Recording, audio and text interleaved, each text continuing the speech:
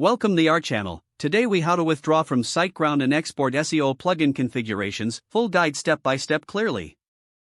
To withdraw from SiteGround, start by logging into your SiteGround account. Navigate to the billing section located in the dashboard. Find the subscriptions tab to view your current hosting plan. Select the plan you wish to cancel. Click on the cancel button next to your subscription. Follow the prompts to confirm your cancellation request. Next, proceed to export your SEO plugin configurations. If you are using the Yoast SEO plugin, go to the SEO section in your WordPress admin panel. Select Tools from the Yoast SEO menu. Click on Import and Export. Choose the Export option. Download the exported file to your computer. If you are using an alternative SEO plugin, check its documentation for the export method. After exporting your configurations, ensure you have a backup of your website data.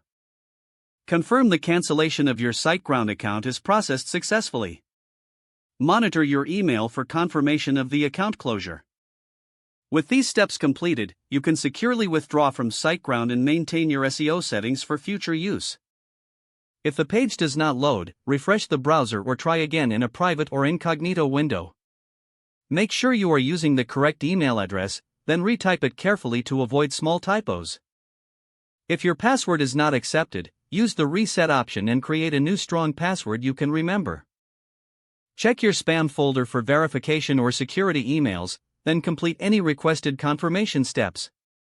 Enable two-factor authentication if available to improve account security and reduce unauthorized access risk. After signing in, review your profile details so your contact information and settings are accurate and current. If you see an error message, note it down and try again after restarting your device and log out when you finish, especially on shared devices, to keep your account and payment information secure. If the page does not load, refresh the browser or try again in a private or incognito window. Make sure you are using the correct email address, then retype it carefully to avoid small typos. If your password is not accepted, use the reset option and create a new strong password you can remember. Check your spam folder for verification or security emails, then complete any requested confirmation steps. Don't forget to like this video and subscribe to our channel for more step-by-step tech guides.